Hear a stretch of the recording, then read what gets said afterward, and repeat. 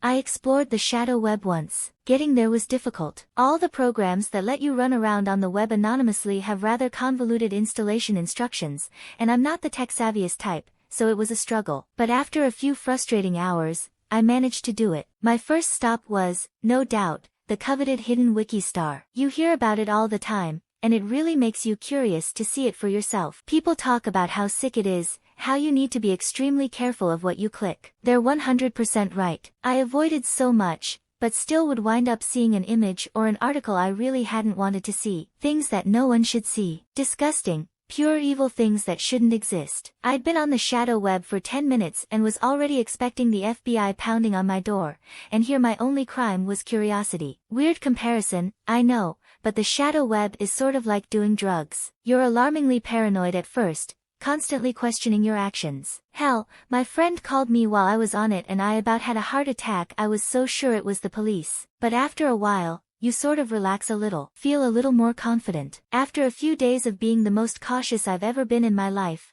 I started feeling more adventurous. Started clicking links and exploring the interesting looking sites. Human experiments, killers for hire, black market sites. Seems weird to explore these sites, I know, but the sites are so cheesy half the time, it's hard to believe they're real. You can find half these websites on the normal web, too. They're pretty much always fake. I completely avoided porn links. There are so many sick sites featuring minors. The shadow web is where pedophiles get their endless supply of child porn, after all. Even porn sites claiming to feature only people 18 plus, I simply didn't risk. I didn't risk most of the snuff film sites either. Though I admit I did watch a video or two, purely out of curiosity. Worst decision ever. Don't watch them. It's when several weeks of regular shadow web access had passed that I began feeling extremely confident. I'd gotten to a point where I could easily and automatically avoid links I knew led to bad things. I'd explored a few seriously gruesome sites, with no police visits. I was cocky. I was curious.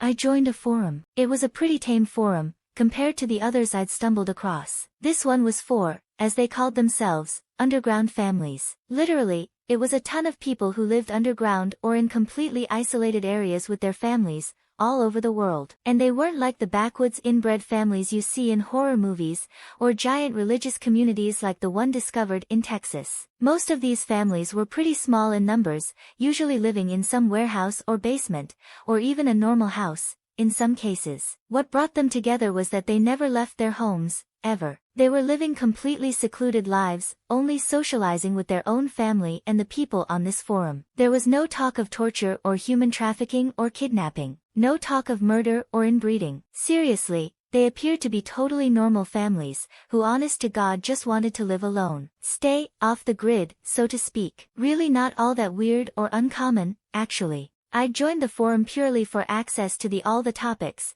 You had to be a registered user to view them. I wasn't planning on talking to anyone, but one user caught my eye. He seemed to be extremely popular on the site. He'd posted several threads, and had way more thread views and replies than most of the others. He replied to everyone, even silly remarks you'd think would have gotten lost in such heavily populated threads. Not wanting to bring attention to myself, the community was actually a decent size, but I still felt like they'd easily sniff out a newbie like me and begin questioning my authenticity. I messaged him privately. Hi, sorry to message you out of the blue like this, but I'm new to the forum and didn't feel totally comfortable posting yet. I'm trying to write an unbiased article for online publication about underground families, and was hoping you could tell me more about your life. I'm ultimately hoping to give public insight about family life in seclusion, compared to, say, one person who lives alone. I'm also interested in the reason behind your family's decision to live underground. If you're interested and willing to offer your views, I have several questions ready. There's absolutely no obligation to answer any of the questions you don't like or don't feel comfortable answering, and none of them are personal towards you specifically or would take away your anonymity. Thank you. So I'd lied about the article thing, but I had a gut feeling that if I'd tried to talk to him pretending to be a member of an underground family myself, he'd call me out immediately. You can't just read a couple posts about something you've never heard of before and then blend into their community seamlessly. Besides, this way, I could ask all the questions I wanted without fault. My motive was presented up front. He could either say yes or decline. No harm done either way. Several days passed with no response, so I stopped lurking the forum as often. After a while, I only checked it once every couple of days. Eventually, a week passed, and I'd basically moved on altogether. The second week after sending that message, I did get curious again, so I went back to the forum. But it was gone. The entire thing was gone. Did I have the right web address? Yeah, definitely the same. Where was it? The site wasn't just taken down, the entire page was disabled. Just got an error message, this site doesn't exist. What? Was it because of my... Did he report it? The owners get spooked, and the whole place got deleted? There wasn't even anything bad on that forum. Why would they react so seriously to one message? They were on the shadow web, all presumably browsing completely anonymously like I was. Surely I couldn't have been the first curious person to find it and ask questions. I started digging around the shadow web. A whole community wouldn't just delete themselves, they'd create a new site, right? I did find a couple of websites describing the underground family lifestyle, but no forums. They seriously deleted the whole thing. Maybe a new one was being created as I searched. I decided I'd wait a week, and then search again. Give them some time to rebuild, if they even planned to. As I waited, I grew bored. The shadow web is virtually endless, but to avoid any confrontations with the FBI, the sites you feel comfortable visiting are extremely limited. The normal web would never satisfy me again. I was able to tell that the first day I'd used the shadow web, but by now I'd gone through all the tamer websites I could find. I just wanted more interesting stuff. I was just curious. I wanted shock value. So I began digging a little deeper, visiting more iffy sites. Still avoided all the porn the best I could, but I did wind up on some seriously nasty pages. Found one site that sold small objects made of human skin. Actually seemed relatively legit, so I didn't stay long on that one. Found another site that sold cyanide capsules and other drugs/guns. I even came across a site called Suicide Voyeurs, where basically, people filmed their suicide live and users could pay to watch. It even went so far as to hold contests. Suicidal, the person planning to commit suicide, would, live on camera, present several options for killing themselves, and paying users could vote on which method was ultimately used. Of course, that information was all written in the site's FAQ. I wasn't going to pay to watch a suicide, so I have no idea if it was legit or not.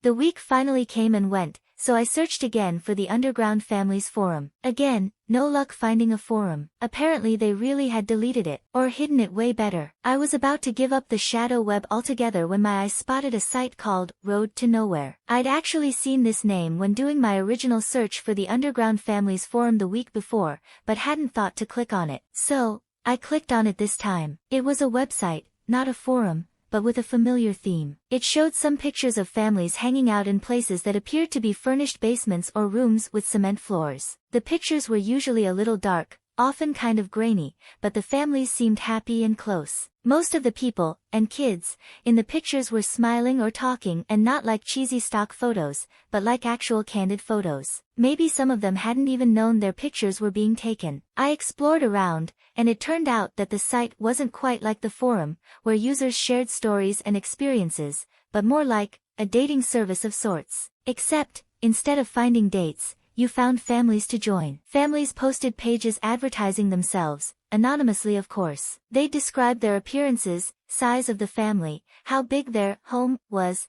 their religion, goals, hobbies and interests, the works. Then they'd say exactly what they were looking for. And when I say exactly, I mean exactly. Right down to things like, you must have prominent cheekbones. We all have cheekbones. And, you must be 5 feet 10 inches. Even things like, you must have a deep, soothing voice. Perfect for telling bedtime stories but also for effectively scolding. These families meant business. Many said that if you didn't meet every single aspect they were looking for, don't bother replying. Others were more open to compromise, but even then not by much. It was pretty weird, to say the least. I dug deeper into the site, even more intrigued. Then, literally by accident, I found a hidden link. It was the period at the end of the third sentence on one of the family's listings. Why there? I don't know. Maybe the link changed daily to a different random period somewhere else on the site. Either way I clicked it, and was taken to a new section of the site. A forum. Except this forum wasn't anything like the first one. This forum didn't have happy, close-knit underground families joking and bonding with one another. This forum was serious, dark in tone, blunt in its cause. The website was for families looking to welcome a new adult to their home. The forum was for families looking to welcome new children. There were only 2 sections in the forum, one for families seeking children, and one for families advertising theirs. One thread in the second section was titled, "Third was fake." It was by a woman, apparently single. She'd already taken in 2 kids, and had mistakenly decided to take in a third, and it just wasn't working out. She said she hadn't realized the third, a 4-year-old boy, had had his hair dyed black by his previous family, who I guess had given him up because he cried more than their other child. None of it made sense to me, but looking through her thread, it was filled mainly with sympathy posts. I kept scrolling, each reply being worse than the last. People sympathized with her struggles,